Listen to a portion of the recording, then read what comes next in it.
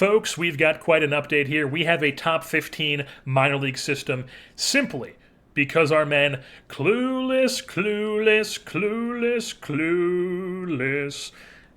is in the top 100. 20-year-old from Hazel Crest, Illinois. He's gotten off to quite a hot start here in his minor league career. Got one rookie ball appearance, just dominated. Boom, comes up to A ball. He's dominating there. We might honestly throw him into the Northwest League here just to get, it's basically the same level, but we're getting real aggressive with it. Boom, you're in High A Tri-City. See what you can do there, Mike. But yeah, we have the number 12 minor league system, which, like I said, my systems don't usually have the best rating because we're usually, if we have a bad season, it's like because we have a mediocre season. So it's tough to develop like a top tier system when you're like constantly not like a bottom tier team for like 5 straight years, like some of these teams have been. We're like Miami, consistently just a bad team. Now probably a lot because of its budget situation, but Still, it's they have a good system, and I feel like this is pretty solid. We've got Aquino. He's up in A-ball now. He's doing the damn thing. We're going to see how this dude goes. He's gotten some power development here. Another Midwest dude. He's actually 18 now. That's very interesting. So Aquino and Hoskins both... what was Aquino before?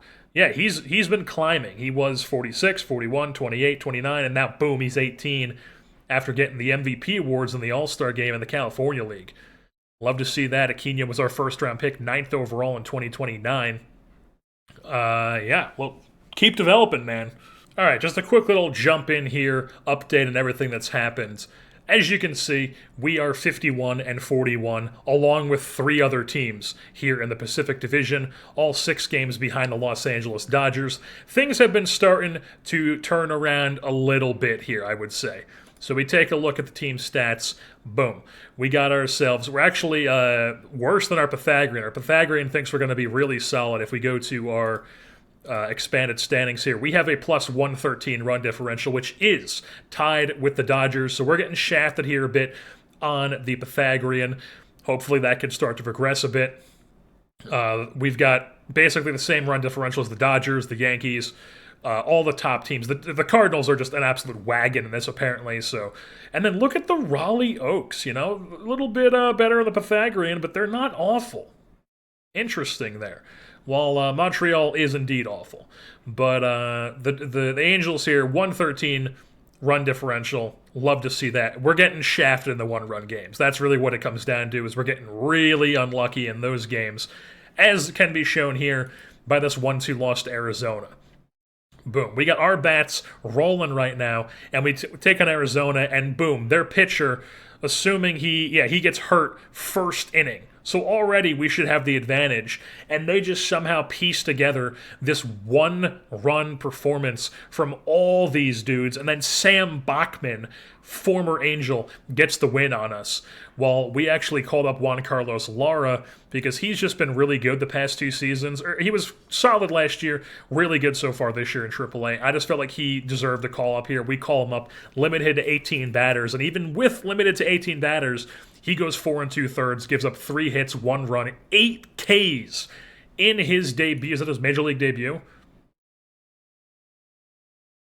Yes, his Major League debut. Comes out there at 28 years old and just shoves.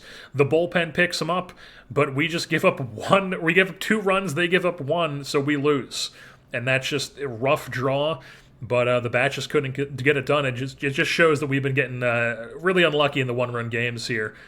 And then we also lost this first game to Arizona 6-0, where Amari Collar only gets his second loss.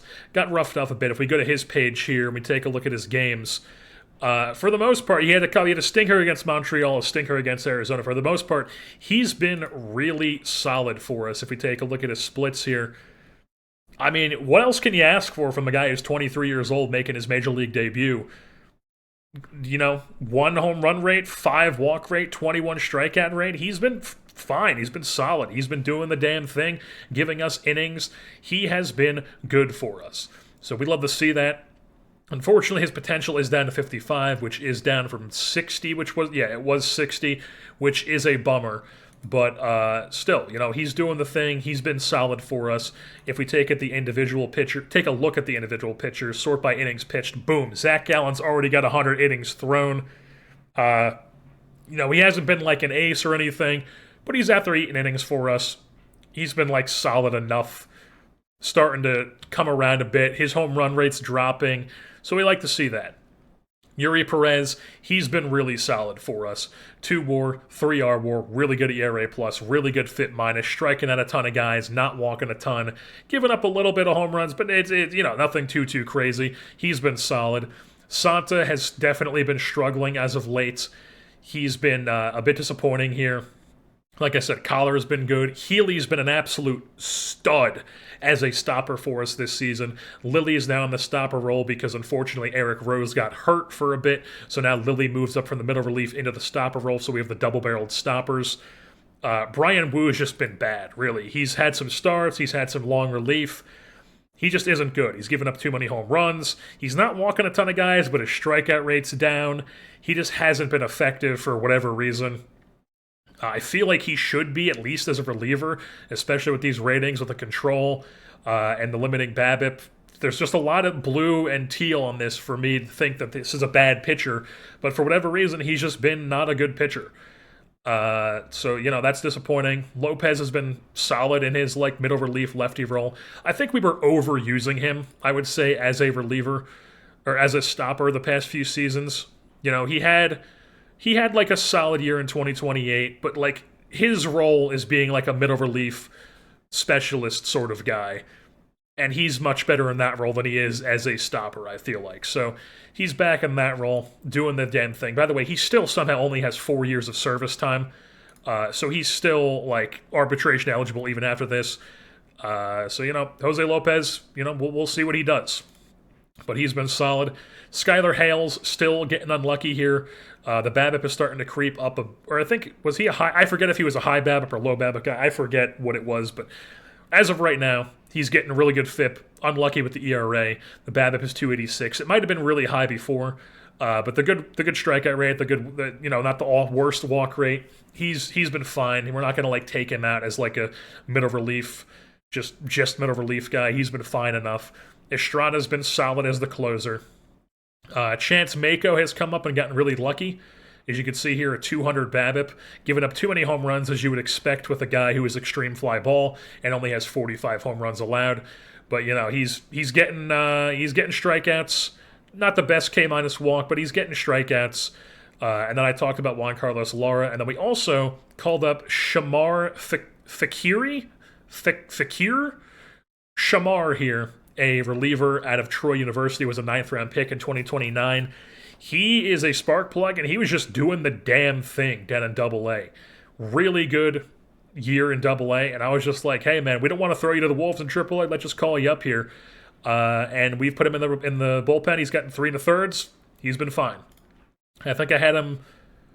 Yeah, I think I did have him on being limited to just avoid high leverage, but we'll see how he does here down the stretch.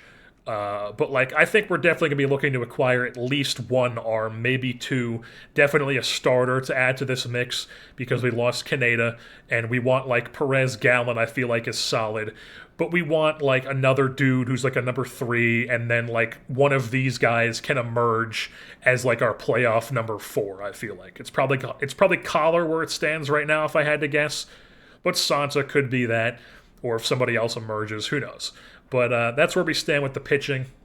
When it comes to the bats, things have started to really heat up with the bats here, folks. Nolan Shanuel doing the damn thing. 3 WAR first baseman, 28 bombs, 16 doubles, 601 slug. I mean, he's just incredible, folks. Nolan Shanuel, give him a round of applause here. Already about to take over last year's home run total where he dropped a bit. So he's back on this 40 home run pace for us, which we'd love to see. Dylan Carlson has been an absolute monster. If you remember, I was not sure if we were going to bring him back because I was like, he's getting old. Maybe we want to bring some of our young guys up. Well, boy, am I glad we brought him back because he's already overpassed last year's WAR total, and I was very impressed with him last year. He's got 22 doubles.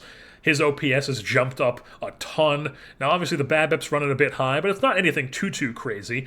And of course, he's still playing a really good right field for us. Dylan Carlson, I mean, this is the role he should have been in for many teams that have been trying to shove him in center field for all these years. But here in Los Angeles, we've got smarts. So we put him in the corner, and boom, he's a stud. One of our best players this season. Juan Padilla, folks, what did I say? I said this bat's too good to not believe in, and folks, he's coming through here. 21 bombs, 13 doubles. His WRC plus is now above league average. He's got a 2 WAR for us in his first, I guess not first, but his second real run in the big leagues here, because he was not good last year. And then boom, he had the development lab success in the offseason, and now he's out here just an absolute stud. This is the type of guy that we are going to be looking to extend already in the offseason, I would say. Get him locked up to a Acuna type, you're a star for us type guy deal. Maybe get him a little bit below league average, or a little bit below market value where he would be if we waited for him to be in arbitration. And maybe overpay him a bit for his league minimum years, but this guy, he's a stud. He's Juan Padilla, he's a part of our team long term here. And we love to see it. Strikes out less than 20%, less than 15% of the time. I mean, what else can you say? He's great. He's playing a solid third base for us, too. He can play all these positions as well really solidly, so he's got versatility, and he's a big bopper. Doesn't strike out. Love to see it. So yeah, Logan O'Hoppe, not quite superstar level, but still solid 2 WAR season, 111 WRC plus, has 1 day left on a mild oblique strain. Not putting up superstar type stuff, but he's, we believe in him. He's had a down season before where he's still been valuable. I believe in Logan O'Hoppe. Juan Soto, he's been solid, 139 WRC plus, 10 doubles, 20 home runs, 19 stolen bases, on pace for another 30-30 season here in his age 32 year.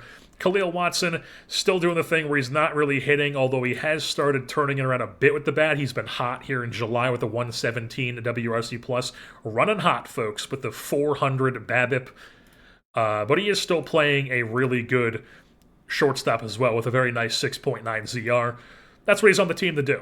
And I should mention that we need him to do that because Alvaro Dowd here is hurt. Tore his meniscus down in AAA, so if we don't have another guy to call up and play shortstop, really. So Khalil Watson needs to keep doing what he's doing at that position, and he's doing it. Right now, Anthony Gutierrez is rocking as the right fielder the left fielder against lefties and righties, with Khalil Lee backing him up a bit, who's come up and is playing every third game, and you can see here, in only 10 plate appearances, is doing quite well. But Gutierrez was just, he's doing the thing against both-handedness this year. So I just figured, let's let him eat. Let's put him out there, let's let him eat. And he's doing the damn thing. So, keep it up. Anthony Gutierrez in left field. Zach Neto. This was up in the triple digits, but, he's having a down year. But like I said, we believe in him. He's having a bad July and a really good June. I think by the end of the year, things will look much better. And obviously, we trust Zach Neto. I might move around the lineup to where, maybe we swap these guys, Padilla third, Neto, maybe Carlson, Broyhill, Gutierrez. Yeah, I think that's what we'll do there. And then against lefties, it's Padilla, Neto, or Padilla, Carlson, Neto, Gutierrez, Broyhill. Yeah, I think that's what we'll do. But moving on to take a look at the rest of these guys. Broyhill struggled a bit since he's come back from his injury. And he also had another, day-to-day injury since he came back. Yeah, he's had, back stiffness and back spasms day-to-day here. So it's just, we gotta move off this guy in the offseason. He's just, as much as I love these ratings, we just can't. We can't keep rolling the dice with this fragility and the fact that he just keeps getting all these nagging injuries. We're going to have to move on from him in the offseason. But for now, he is our center fielder. And he is still playing a solid center field. So, at least when he's healthy, he is playing well. David Peter has actually been really good as a backup catcher for us this season, which is good to see.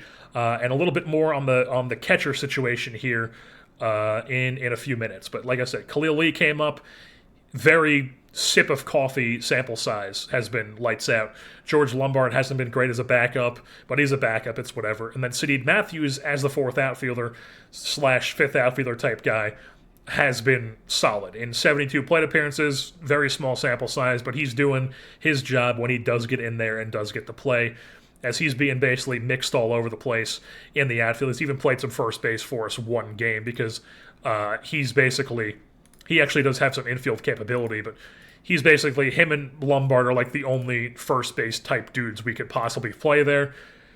But it's fine. You know, we don't need a break at first base very often, I feel like. But yeah, so that's what the bats are looking like here. And like I mentioned with the catching situation, we've got this guy, Jaheim Bazalius. Bazalius. Whatever this guy's name is. 6th round pick in 2029 out of Ole Miss. He is looking like an absolute stud here. He was dominating in Double-A this year. We called him up to Triple-A. He's been just as good down there. And now, obviously, we have Logan O'Hoppe at catcher. Logan O'Hoppe is our long-term catcher. We've got Dave Peter as a backup. I feel like this guy is much more of a backup profile than Bazalius or whatever his name is. So I think it's really just a plethora. It's a strength for us. So I think at the deadline here, we're going to have to try to look to be trading from strength here. And this guy is very much on the block. Very much somebody we are trying to be like, hey, this dude's tearing it up. We don't have room for him. You know, if we have to have a backup, if O'Hoppe ever gets hurt, we're fine playing Peter. We've still got Kevin Hawks here as a defense first catcher. Obviously not doing too great, but you know, we believe in Peter as a backup. Hawks is like a third option for us. We have a strength at catcher. This dude's just never going to make it on our roster, and he's not, like, good enough of a bat to, like, play, like, a different position. Not that he can really play anything other than the first base. But we're gonna move on from this guy, I think, at the deadline, and we're going to be trying to trade him for pitching, really. We're going to try to pick up a starter for him and see what we can do is him in the main piece in a starter trade. I should also mention that we did run Gasparino a bit here in the big leagues. 41 plate appearances was just completely unplayable. And that's when we sent him down and brought up Khalil Lee and decided to keep rolling with Gutierrez both sides because Gasparino he was not it, unfortunately. But a couple minor league updates I should talk about. One, Mike Bray, he's in Double-A here. Remember him, Wake Forest second rounder in last year's draft. You know, like 5th starter type potential guy. But he's been solid in Double-A. You know, the FIP's not been great, but he's been doing his thing, you know. We have an option down there to possibly be like a 5th starter type for us. Maybe someday as like a depth starter. That's what Mike Bray is. Jackson Peavy's been lights out in Double-A. He'll probably come up at some point this season as a reliever type. He's not a starter. We don't look at him as a starter. He's a reliever, but if we need somebody, he can come up. He's obviously on the 40-man. And then a couple outfielders we have in Double-A right now. One, Fletcher Clancy here. Laval QC. You know, maybe he should be playing for Montreal, but this dude is an interesting, like, 4th outfielder type for us. Very good contact bat, very good gap power to pair with the speed, 70 range. He's almost 23. We love this guy. Switch hitter. You know, he's the ideal, like, 4th outfielder type in my mind. Obviously, like, no power, but he's got the gap power. Struggling a bit right now in Double-A, but he had a monster year in A-ball last year, and he has just been... Whoops, did not mean to do that. We meant to go to scouting. It's just teal plus Arrow City here for Fletcher Clancy, the Laval, Quebec man. So, you know, we might be getting him in the mix here in our depth situation as well. And then also, Chris Lesnar, who was our 1st-round pick last season. He's already up here. Once again, another one of our Wisconsin dudes with a very Wisconsin town name, lefty. Hitter, 60 range, definitely more of a corner outfielder at this point. We drafted him knowing that, but he's just been working his way through the minors. Last year, A-ball, you know, first taste of pro ball was fine. Comes up here, high A this year, and just tears the cover off the ball. So I'm like, let's put you in Double-A, see how you're doing. And what's he doing? He's tearing the cover off the ball in Double-A here, folks. So Chris Lesnar, another guy who we look at his scouting here, Blue Arrow City here, potential power jumps to 70, his current gap improves. We love to see it. Chris Lesnar here, definitely an option here pretty soon, I would imagine, as an outfield bat here. And the fact that we have some of these dudes makes me think that we don't really need to go out and, like, I mean, maybe we still could to upgrade this left field thing, because even with Gutierrez playing well in left field, I still feel like we should add like a solidified outfield bat to our lineup. Even though, have I even looked at this yet? I haven't even looked at this yet, but right now we're 4th in runs scored, we're 1st in runs allowed, so things are going well. But there are definitely some underlying things we would like to improve with the hitting, the overall hits. The home runs and extra base hits are actually pretty solid. We're walking a ton. 6th in on base, 4th in slugging, 4th in OPS, 2nd in WAR. Like I said, 4th in runs scored. But I think we could stand to add like a decent corner outfield bat. But you know, the fact that we have all these dudes in the minor leagues makes me feel like maybe we don't want to rush Lesnar right now. So maybe we could still pick up a guy. Like let's just for funsies look at the trade block here. All batters, look at this. Acuna's on the trade block. But he does have 2 years on his deal. So obviously, very good bat, but 2-year deal, and he would take a huge package.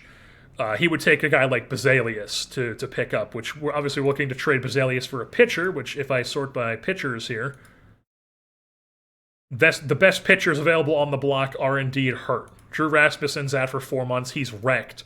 Bryce Elder is out for 9 to 10 months. And he's also just not like that level of dude we would want to go out and get anyways. So like Nick Lodolo is out there. We could try to get him. He does have a player option, but it's at $11 million next year. And he's like that level of pitcher that we are trying to go get. He's been very steady in his career here with multiple different teams, constantly above league average ERA plus, above league average FIP minus, putting up solid numbers everywhere he goes. He's like a solid 2-3 guy, I would say, definitely. And that's what we're looking for here, to pair with Perez and Gallen heading into the downstretch here into the playoffs. And he's a ground ball pitcher. This year he's given up too many home runs, but he is playing in Philly, which I feel like is definitely I don't know what the ballpark factor is, but it's probably a bit high on the home runs, even higher than we are. But he is a home run pitcher, a ground ball pitcher. He has the big control. So Lodolo is probably the number one option. We're going out to look. We could try to bring back Tanner Houck even. Maybe even a package. They're on the same team. Maybe even a package where we bring in Houck and Lodolo if we could possibly do that. And we rock like Perez, Lodolo, Gallen, and then Houck, and then we can have like Jess Collar and Santa and Laura can move to the bullpen, or whatever mix we can have as the 5th guy for down the stretch, and that would be like our 4-man rotation in the playoffs. Bring Tanner Houck back, folks. Get the vibes going. Veteran Tanner Houck, he was an absolute menace for us in 11 starts down the stretch in 2027. Obviously, it's been multiple years since then, but he's still a solid enough pitcher. And it'd be fun, We would just want him to be like a fourth pitcher for us. He's on the block. Maybe we could do some package like that with Philly. Well, first of all, we should check to see if Philly's even in it. Philly, they kind of stink. They have a positive run differential though, so I guess they could potentially make things up. But they've got multiple teams in front of them here. We're in the 3rd spot. They've got the A's, the Mariners, and the Red Sox in front of them. So, it's not inconceivable if they would want to trade away guys like that. They've got them on the block. We'd probably be interested in looking at that. So that's something that definitely I would be interested in doing. I'm also seeing Ian Anderson was on the block here, and he was a guy that I was actually interested in bringing in the offseason in the Brian Wu role that we have him in, because he was available. And if you look at his career here in the major leagues, he's just consistently, he was a bad... he never really got a chance until 2025. They barely used him in the rotation. He was bad in the bullpen in 2026. And then ever since then, 2027, he was good in the bullpen.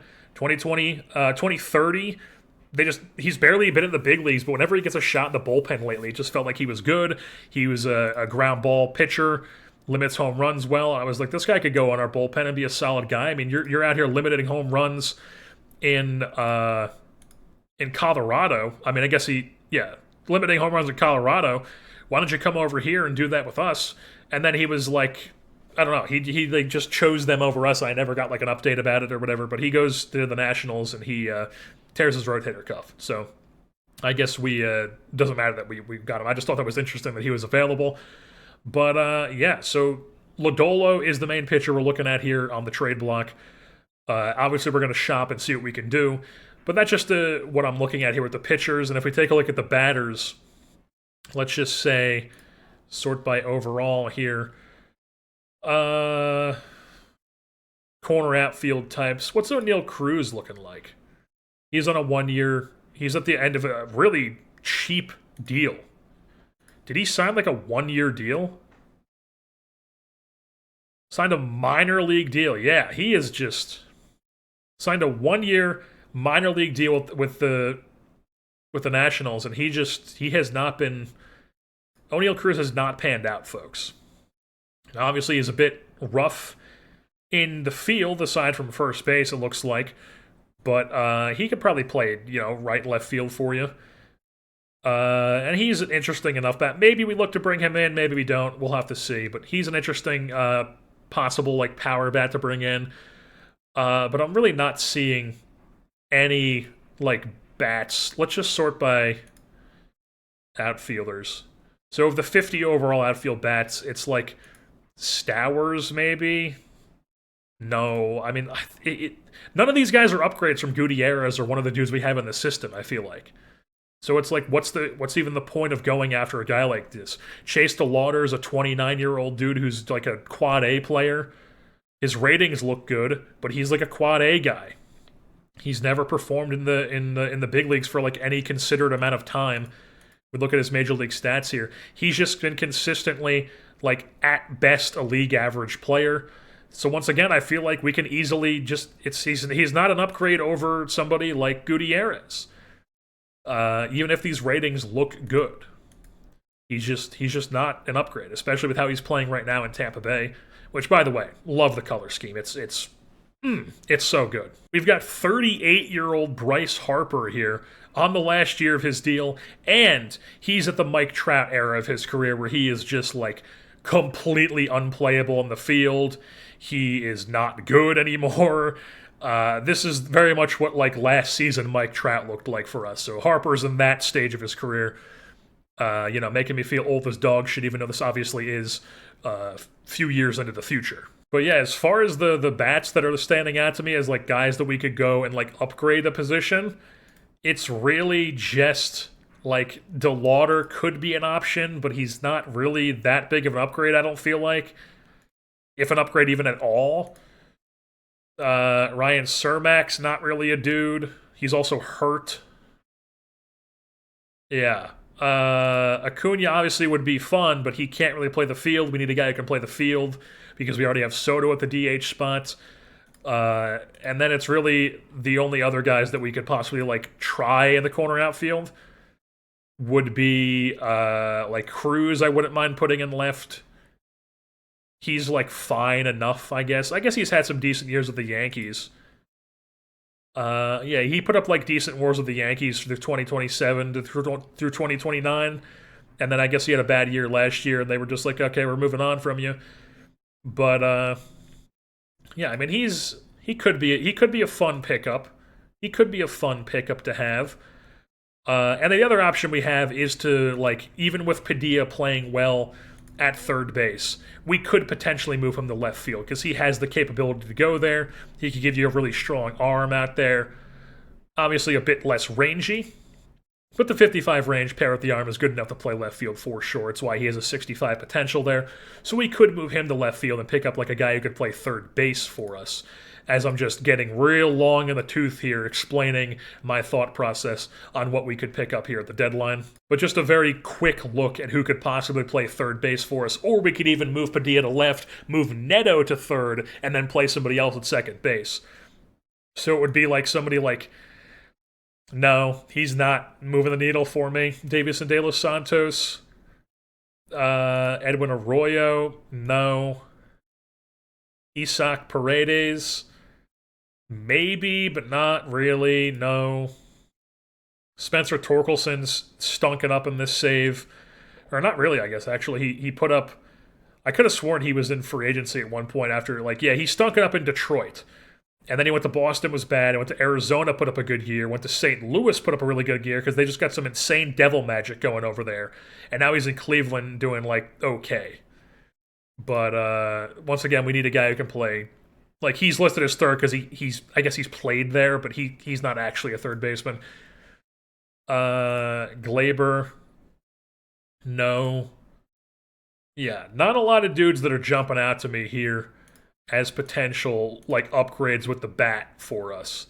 It's really just O'Neill, Cruz, and like those outfielders who were like very fringe that I was talking about. And once again, I don't feel like picking up a guy like DeLauder is actually an upgrade over just running what we have right now in Gutierrez, who is playing well for us. And then even Khalil Lee is good enough, I feel like, to have as like a backup guy. Sadid Matthews is playing well. And then, like I said, we've got dudes like Chris Lesnar, who right now is in Double A, but he could be an option to come up and play some left field for us as well. I might even move him into Triple A here soon just to see what he can do and get him on the 40-man here before the expanded rosters to ensure that he can play in the playoffs here. But yeah, he's an option. We'll have to see how things shake out, but that's just me brainstorming what my thoughts are. And just a quick little shop of Bazalius, or whatever his name is here, as a multiplayer package, with the first one being a starting pitcher with this checked. There aren't really too many packages that are jumping out at me. Like, you think the green ink here for Logan Gilbert would be interesting, but he's fine, but he's a fly ball. He doesn't really move the needle for me. Justin Steele has been good in the past, I feel like, but it's been like forever. I guess he was fine the first couple of years of the sim, but hasn't been great since. This Philly one is interesting, where they would give me Mick Abel, who is signed long-term at a cheap deal through 2034, and he's a 60 overall dude who struggled for them very much, I feel like. Yeah, definitely struggled. Maybe we don't want to take this guy, but I mean, if they're offering him, I might be interested. So we know they're interested in Frank Aguilar and Alan Bell. So we'll probably come in and discuss this because, okay. I mean, he's been bad this year. He's kind of a quad A guy. They've never really given him a chance. Rob Chalowski. Sounds like he should be from Wisconsin. Just throwing that out there. You're named Chalowski. You're goddamn Polish, and you should be from either Illinois or Wisconsin.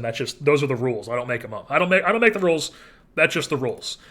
But he was a second round pick for them in 2026, and he just hasn't really ever gotten a shot. Barely gotten any time in the big leagues here. We look at his AAA numbers. He's been really good in AAA, especially this year in a small sample size. But, you know, I'm not sure if this guy I mean, he could be a really good third baseman. He can even give some shortstop innings. I don't mind that. We'd probably discuss this to be like, you know, instead of Abel, give us Lodolo and Houck, or maybe Lodolo and Abel.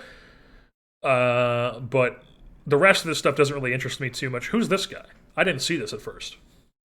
Zach Fragile, we don't love that. But this guy's been a stud for Kansas City. Lefty, second round pick at ECU, folks. 2025, he must be a real player if you got 2025 at ECU. The name does not sound familiar, but Zach Root, he's been a solid dude for them the past three seasons. I mean, constantly plus, above league average ERA plus, FIP minus. What is Kansas City looking like in the standings? They're still in the mix. What are they looking like with the wild card here? Okay, so they're in a giant bunch here for that fourth wild card spot. So probably would lean Philly here with trying to trade 4 dudes, but it's not like completely out of the question to trade with Kansas City. Although with a 27-year-old, if you're trading for a guy like that who's still in arbitration, you're like, hey man, I want you to be around long term. And I just don't think he's going to be around long term with a fragile injury proneness like that. So I'd still probably prefer a package with Philly here, even though that is interesting, paired with, I mean, he's a decent closer type. I mean, he'd help the bullpen for sure. And then Blake Mitchell, who is like a backup catcher type guy who's nothing special.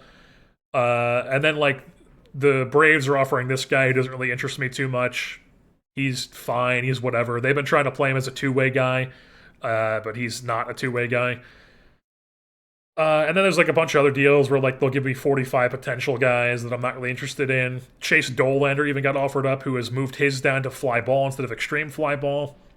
He's been solid for Colorado this year, but not like a needle mover, I don't feel like. And plus, I just don't think he would play well in our park.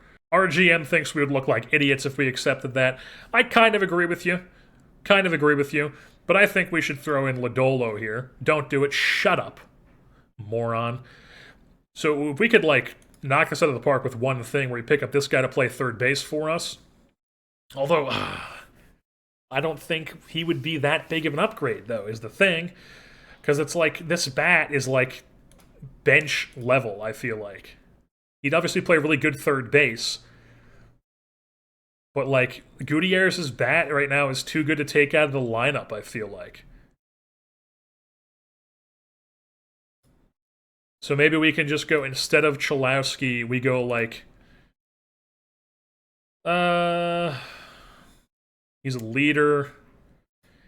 He's signed, you know, through his age 32 season, but it is, like, not a huge amount of money, but it is guaranteed for the rest of this year plus 3 years in his 30s.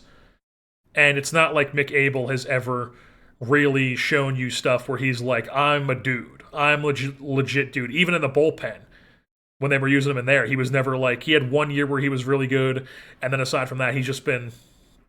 But he wasn't like a stopper or anything. He was just like a middle relief guy. And then aside from that, he's had years where he's like, I guess kind of gotten unlucky, but he's not like jumping off the page at you as like a dude who's going to like take a step at age 30. So Lodolo is definitely who I prefer here to pick up. So like Lodolo, because Lodolo would give us this year and next year. Assuming, he might opt out of that, honestly, because it's $11 million. Yeah, he might opt out of that. Because you would think a guy who's putting up these types of numbers would be able to get more than $11 million on the market. So he's definitely, if we acquired him, we would be looking at him as a rental, because I don't think he was going to opt into this, because it doesn't make any sense. Unless this is the number only showing because they're retaining 45%. I'm not sure exactly how that works. Like, would this number show me the total number? Or is this just what Philly is paying him? I think it's what the total number is.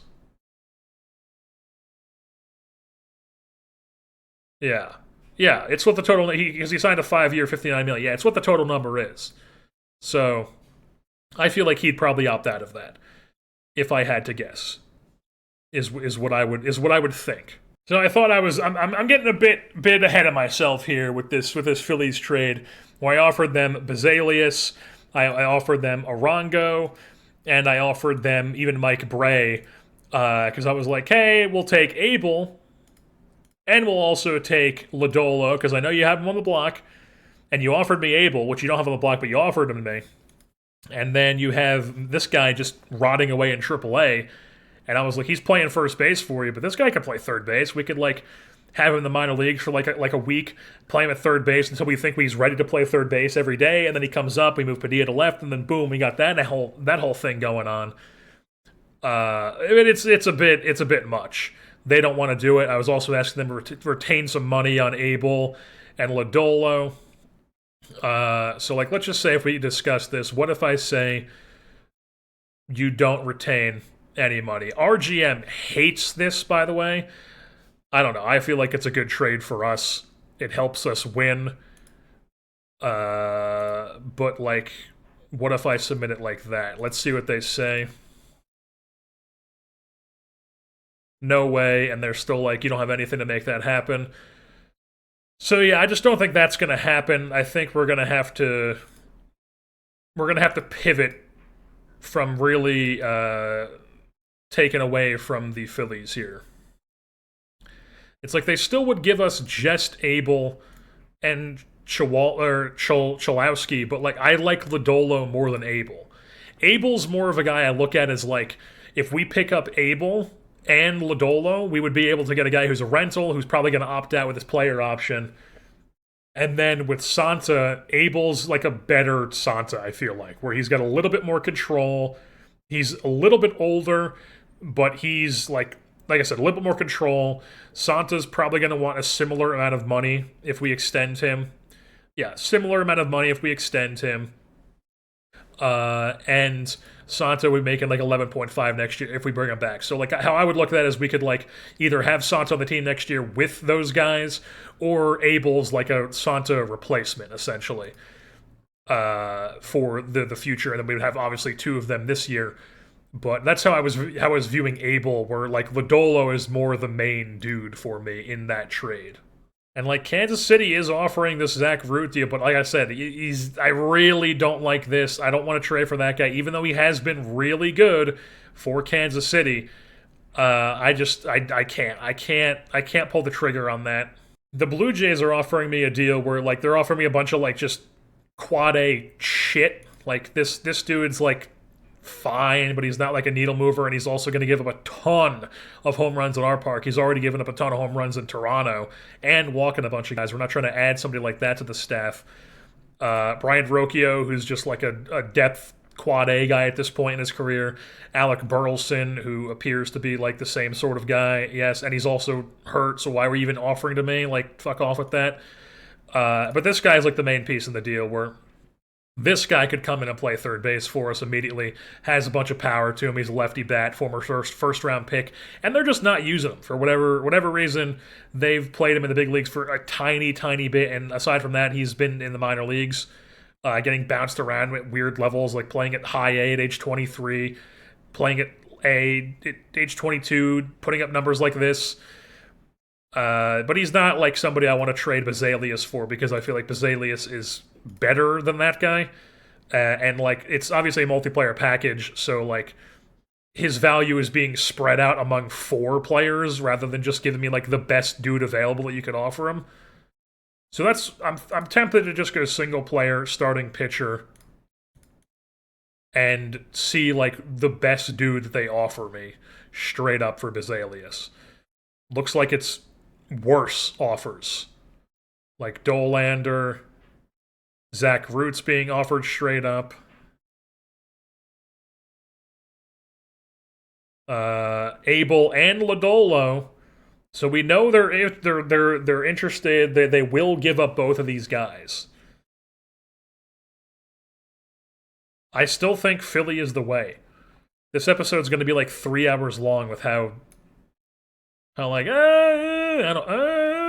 this episode has been me just like thinking too much, overthinking shit. But yeah, I still feel like this is the move. We have to be able to get these guys, and even if we overpay a little bit, I feel like it's the move. It has to be the move. If we go Lodolo, and then we go Abel, and let's just say we don't retain anything.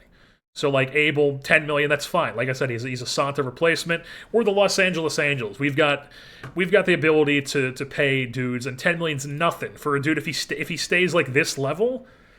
He maybe gets a little bit of a tick up behind our defense or something. Like, what is Philly's defense looking like? I am interested. Philly. Yeah, they don't have a good defense. It's Philly. They don't play defense out there. So, you could easily envision a situation where he comes behind our defense. What am I looking for? Angels. He comes behind our defense, and he just gets a tick up behind our defense. That's easily thinkable, believable. I can't talk. But yeah, so like Bazalius, Lodolo, Abel. Let's just offer that straight up and see what they say.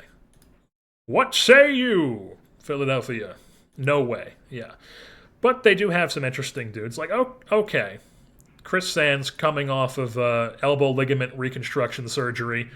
And this is his second big elbow surgery.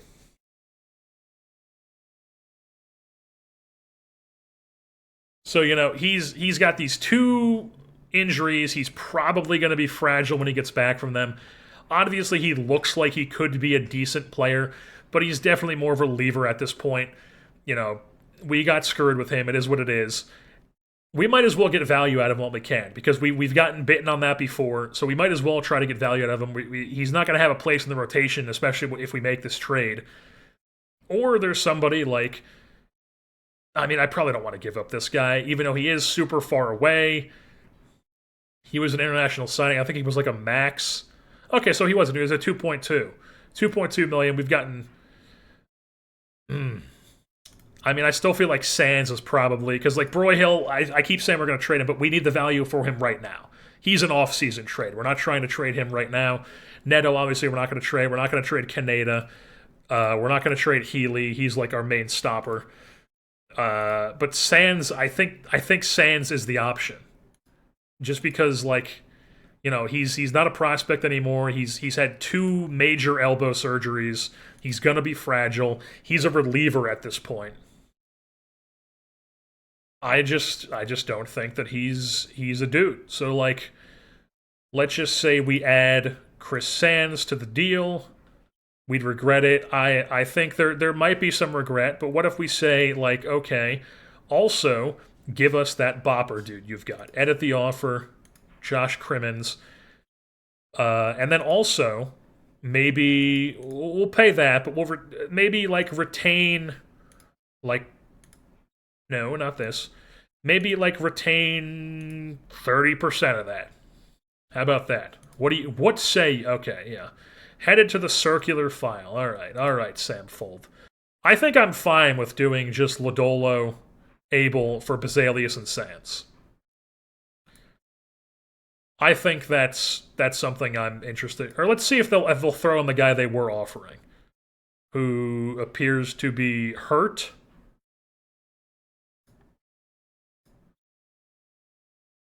No.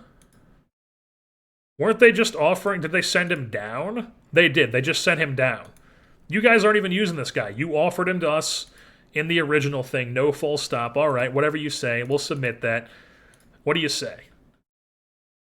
What say you, Philadelphia? Almost. Okay. This is a real almost. We'll do this. I'm down to do this. Who's the oldest guy here? Aegon Schaefer. Yeah, this guy's... He's never going to be anybody. Yeah, we'll throw in Aegon Schaefer, and boom. You'll give us 2 guys, one of them who's going to be a multi-year guy. Lodolo, I'm assuming, is going to opt out. We would love it if he opts in, but I'm assuming he's going to opt out. That helps the rotation. We've got legit studs. This dude, you know, maybe he performs for us, maybe he doesn't.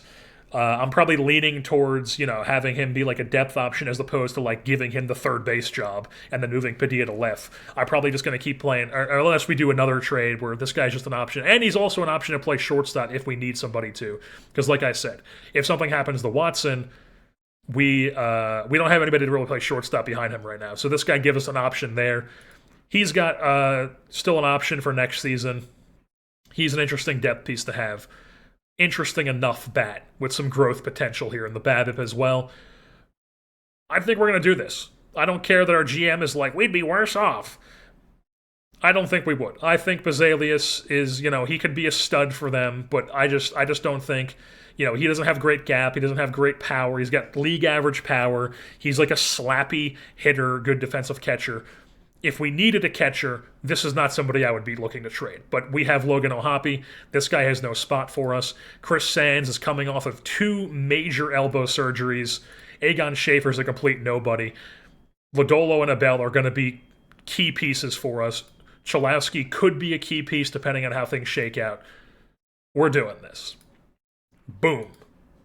Overall fan interest increases noticeably. We love it.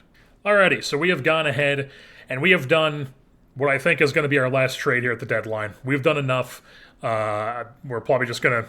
Next time I pick things up after I explain this trade, it'll probably be the end of the season, and we'll see how our team finishes. But we picked up O'Neal Cruz from the Washington Nationals on just a cheap 1-year deal they had him. He's a bopper. He has power. He's got good, decent BABIP and gap power with an eye. Really good speed. Really good arm. He's going to play third base for us. He's hitting doubles and hitting home runs for Washington, so hopefully he's going to come over and do the same thing for us, stealing bases too. And we gave up Kevin Brewer, who was our, what was he? Second round pick in 2028. He's just kind of been like an A in rookie ball, like not doing anything. They have him in A ball, or no, we had him in A ball this year, and he was like okay, but he's like nothing too special. I was fine moving on from him. And then they needed another guy to make it work, and they offered to make it work with Steve Rice here, who was our 5th-round pick in 2028. He's another guy who just hasn't really panned out. He's been in rookie ball, still at 22. You know, these guys could be like decent, like if they pan out, they're probably like decent, like 4th outfielder, corner outfield type guys. Or a Brewer could be like a second baseman. But they're not like world beaters, so I was fine giving up both of these guys for O'Neal Cruz for the rest of the season.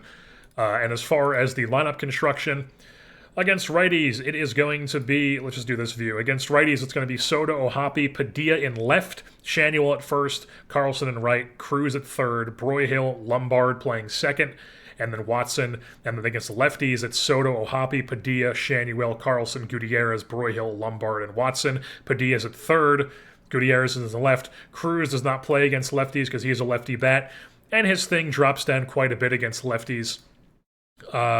He's been hitting them well this season, but he's still he is the main pinch hitter against lefties and pinch runner, and he has some backup potential. So he's still going to get a little bit of ABs against lefties, and obviously he can come in as like a pinch hitter and whatnot.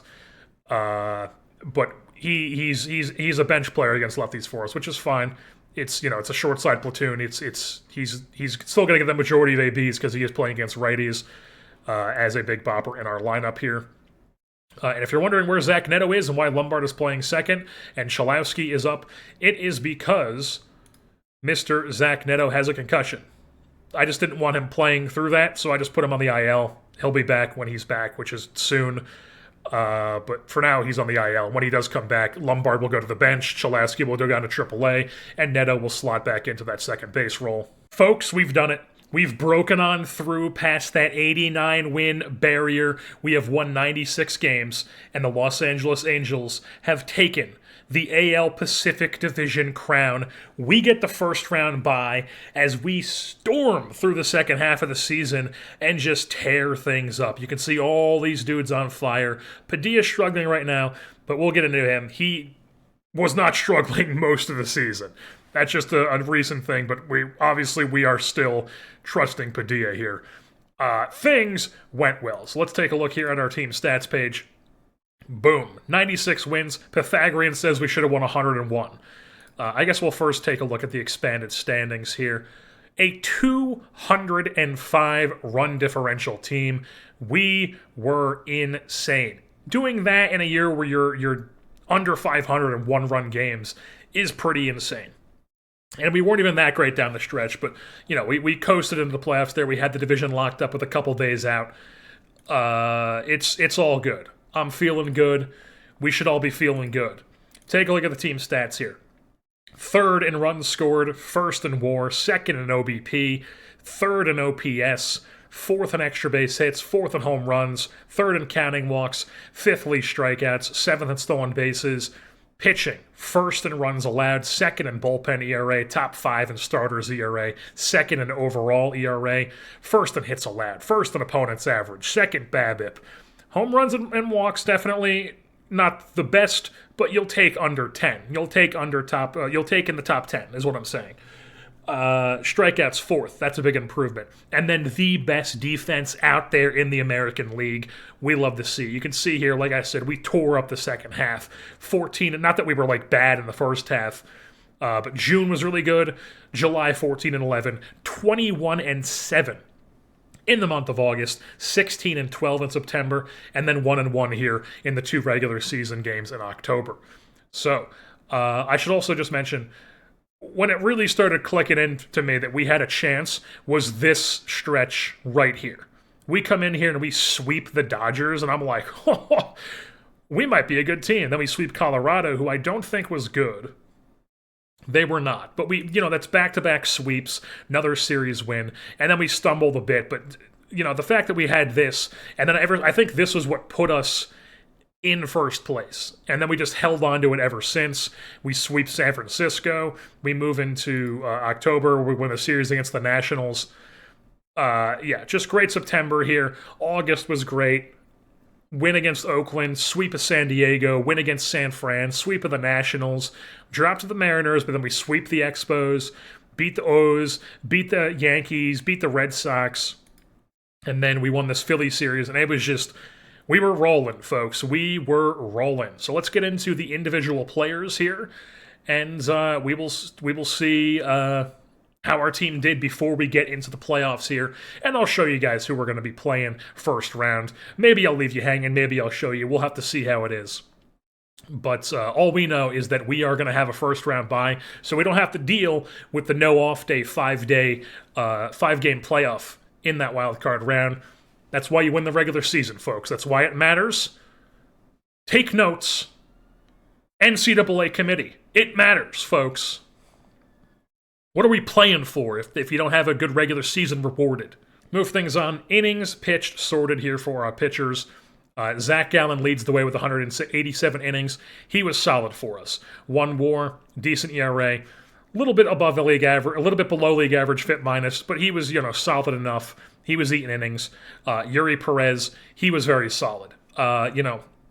Could he have been a little bit better? Sure, but, we're not going to complain about a 4 WAR, a 5R WAR, very solid ERA plus, very solid FIP minus, striking out a bunch of guys, not walking a ton, limiting in home runs, what you would expect for a guy like Yuri Perez, who is a fly ball pitcher. He's not going to be like a .8 home run per 9 guy.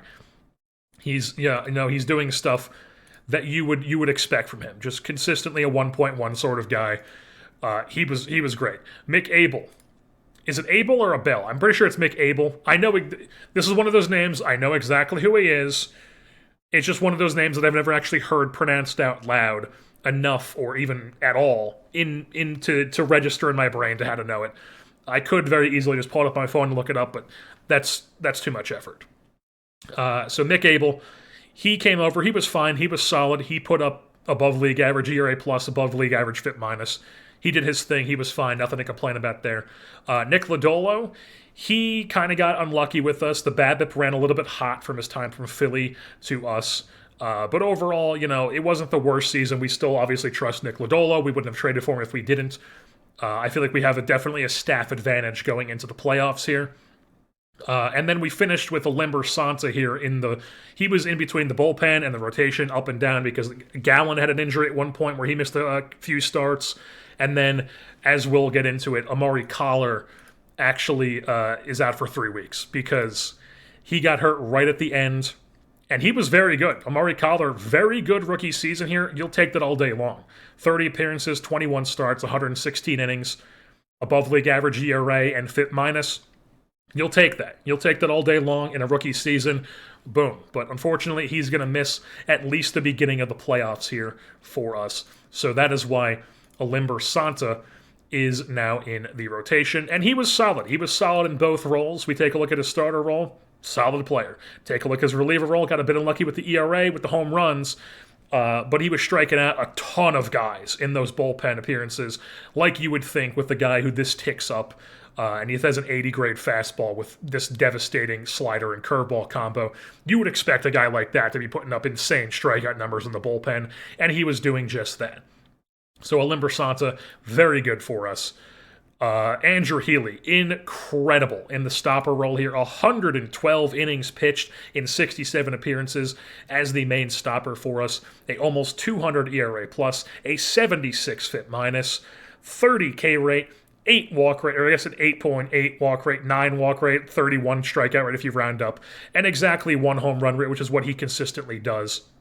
A win probability added of 2.3. 30 shutdowns, 9 meltdowns.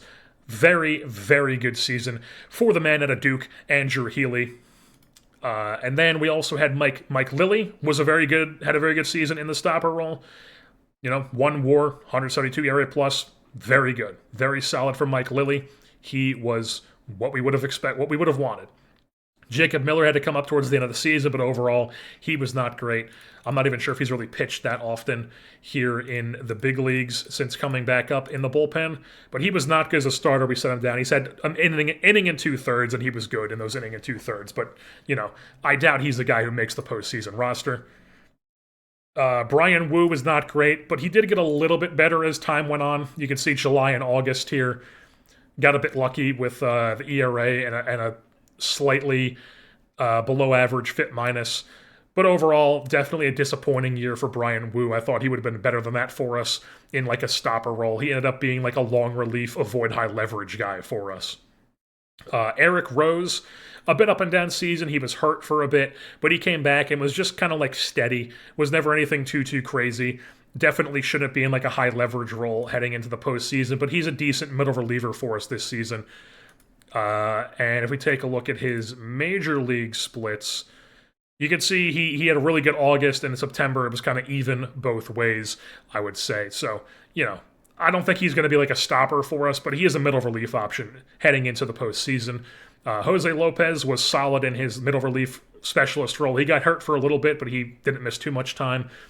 Jeremiah Estrada was fine. He only had 54 innings because he wasn't a stopper. He's the closer role for us.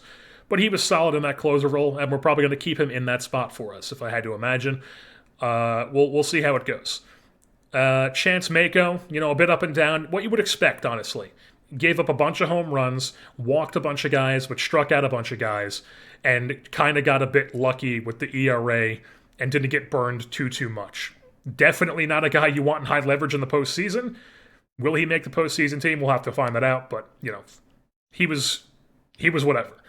Patrick Forbes came up at the very end of the season. He was not great. He's, he is what he is. I don't even know if he's pitched since coming back up, honestly.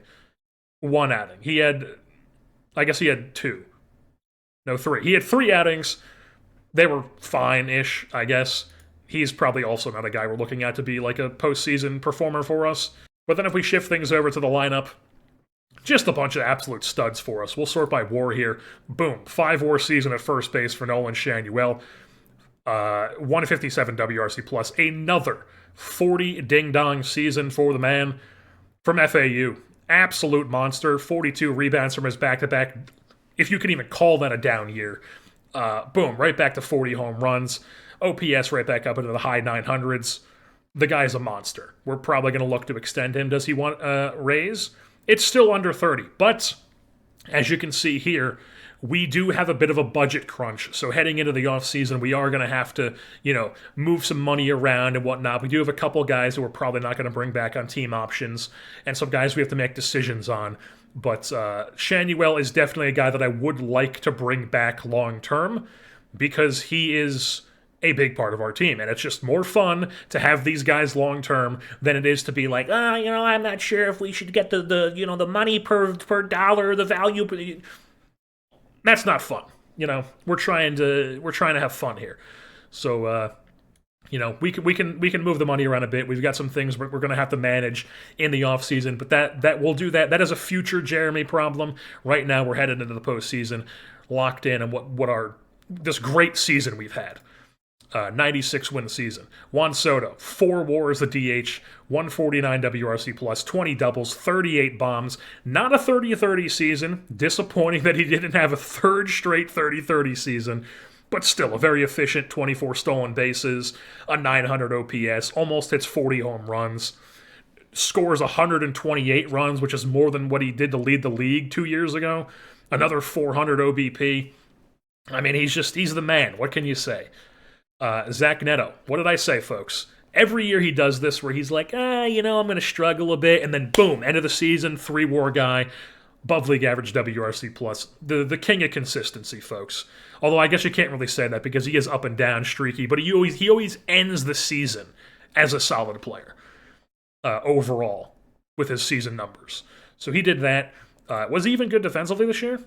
Very good defensive second base season. He's sneakily finally put it together at second base here. The past 3 seasons has been putting up some really solid ZRs at second base. He had one in 2026, but he had some really weird years where he was like just not good defensively. But for whatever reason, he's finally figured it out here.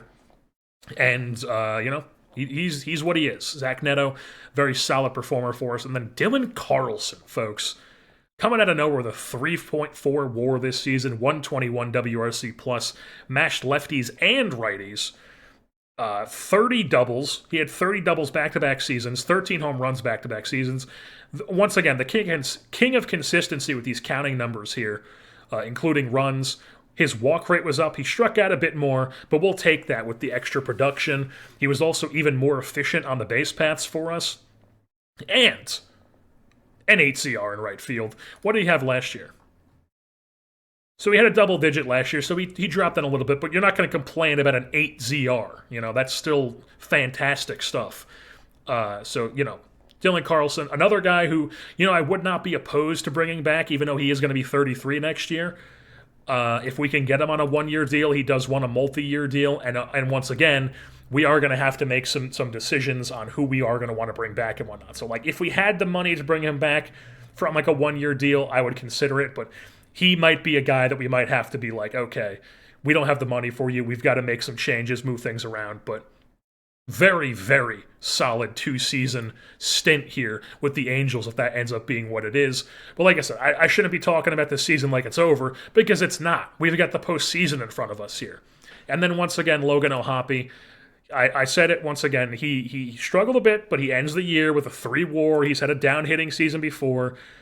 I'm not worried about long-term Logan O'Hoppe. He's going to be a stud. He is what he is. He's boom. He's out there. He's doing things, And also, I probably noticed this before, but I just realized he's a day after my birthday.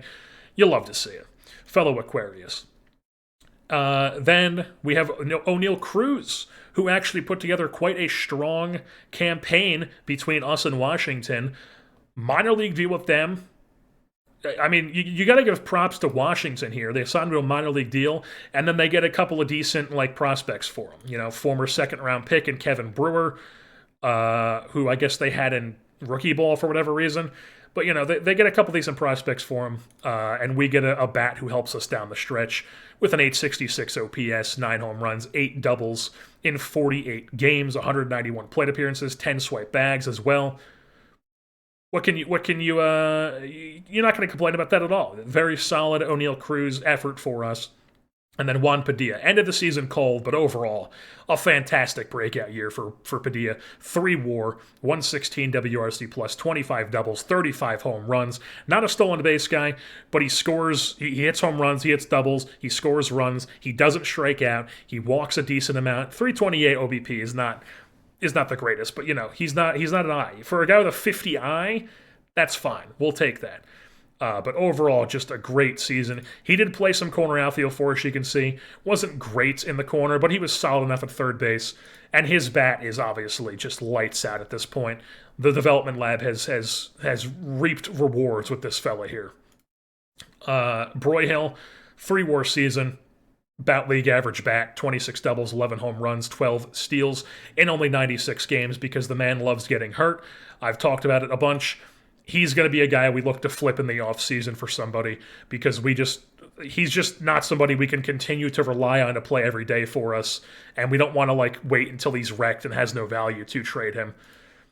And then we have Gutierrez, who cooled off a bit towards the end, ended up just playing against lefties because he cooled off against righties.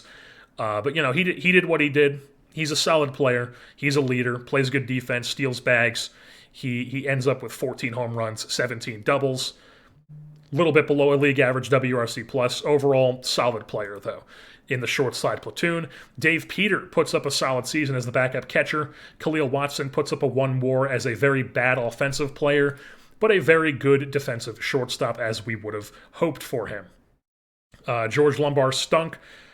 Chalowski ended the year on the team, barely played, did not do anything in the time. And then even Chris Lesnar here ended up on the team. Like I said, he was gonna be on the 40-man, and he might be on the postseason roster here as a backup bench bat. Did not do anything in very limited time, but I just kind of wanted to get him up in the big leagues before the season ended as a guy to have on the roster because as you can see here, he struggled a bit in AAA, but he was tearing things up in A-ball, high A, and double A, and his power and gap power looked like they could develop real well here. This guy could be an absolute stud for us in the corner outfield, and we are very much ready for him to take that leap as last year's first-round pick for us, 18th overall. Another one of these Wisconsin guys we have. Maybe not going to be a huge part for us this postseason if he makes the roster at all, but definitely somebody we are very much locked in on. Another guy we're locked in on here as a possible like fourth outfielder type dude is Anthony Murphy here. High leader, high loyalty, adaptability, intelligence, not the best work ethic, but he's got more teal than orange here.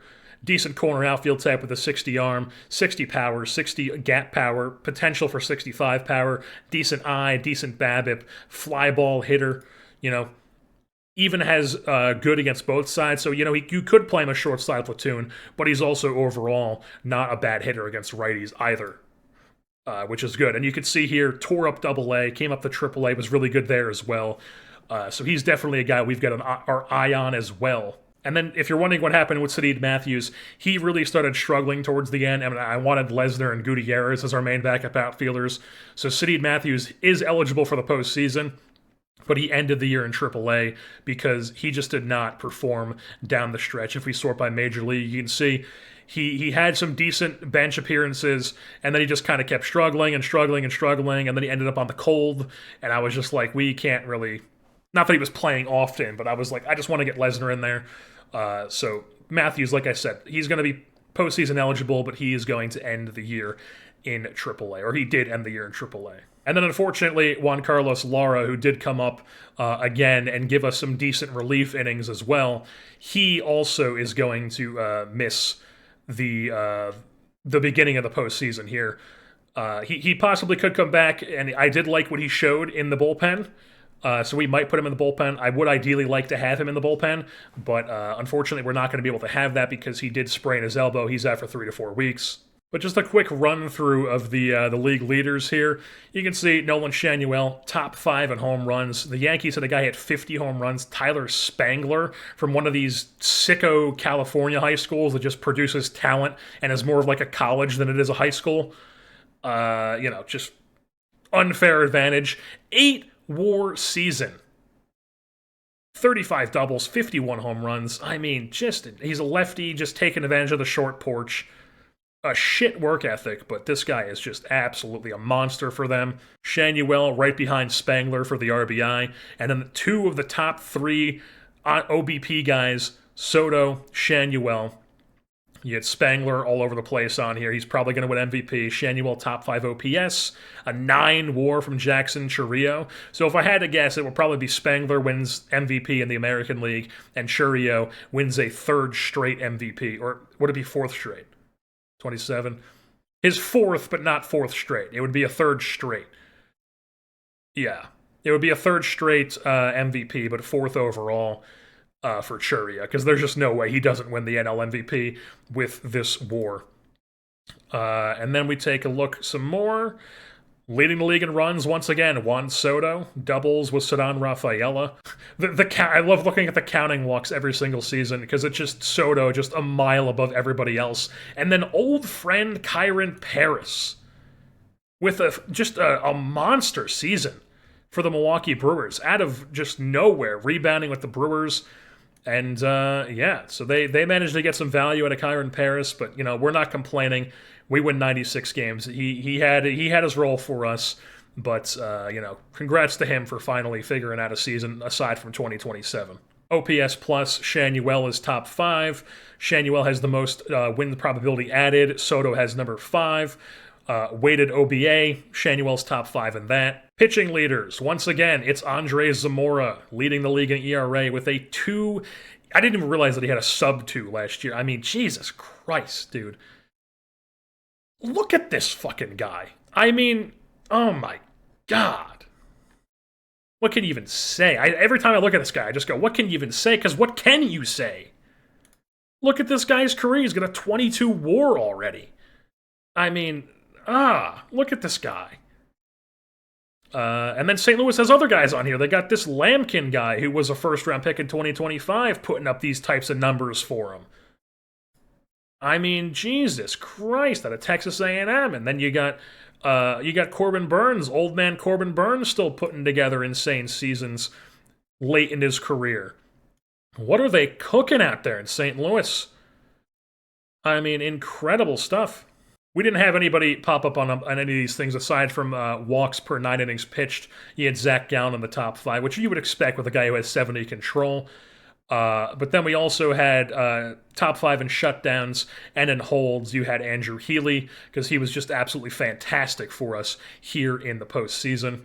Or regular season, what am I saying? Heading into the post. I just keep saying postseason, so I'm just out here saying dumb shit. But now that I'm looking at this, it's just popping in my head as an idea. What I might do for the postseason is have Estrada, Lilly, and Healy all as stoppers, 7th in close game, high leverage, or I might have Estrada as 8th or later, just to kind of have 3 dudes that we give the option for the AI to control. Because I don't like doing the real nitty gritty. Like, obviously I'll come in towards the end of games and do like substitutions towards the end. But for the most part, I like to let the AI just kind of handle that as we watch the games. It adds a level of difficulty to it. It's whatever. But that is something I'm considering doing, because I know the AI will just sometimes be like, oh, the closer, so we'll just put Estrada in every single 8th inning and get you burned in the postseason. So I might do a thing where we have 3 stoppers as like our 3, these are the dudes you should be using in the bullpen options for the AI. And look at this, folks. Nobody popping up on the ZR and whatnot for us, but we do have also, is this Elijah Green putting up a 29 ZRC? Is that a record? I'm not familiar enough with like ZR leaderboards to know like what is like the best ZR season of all time, but 29.4 is definitely the highest I've ever seen. I mean, look at this. He had an 89 WRC plus and put up a 4 WAR season. Incredible. Just insane. Wasn't he on Oakland playing a corner for them at one point? Maybe not. I'm thinking of Denzel Clark. Yeah, but just, I mean, what can you even say? Again, just a 4 WAR season with a 29 ZR. Insane. I think we know who's going to win Gold Glove in center field, folks. But then I was going to mention that Logan O'Hoppe, top 5 in range, top 5 in catcher's ERA, and top 5 in defensive efficiency. Ethan Salas once again just dominating the earned run, or the framing runs, with his 80 framing, 80 blocking, and just insane like backstop ratings that he has, where he's not quite a good bat. I keep hitting right click. He's not quite a good bat, but he's, he makes up for it with his glove. Folks, the divisional round is set. The Los Angeles Angels will be taking on the New York Mets. It's the Yankees and the A's in the other American League series. After the A's took out the Dodgers, the Mets took out the Mariners. And on the National League side, it's Cardinals, Marlins, Reds, Brewers, as the Brewers took out the Tigers and the Marlins took out the Twins. Let's get it.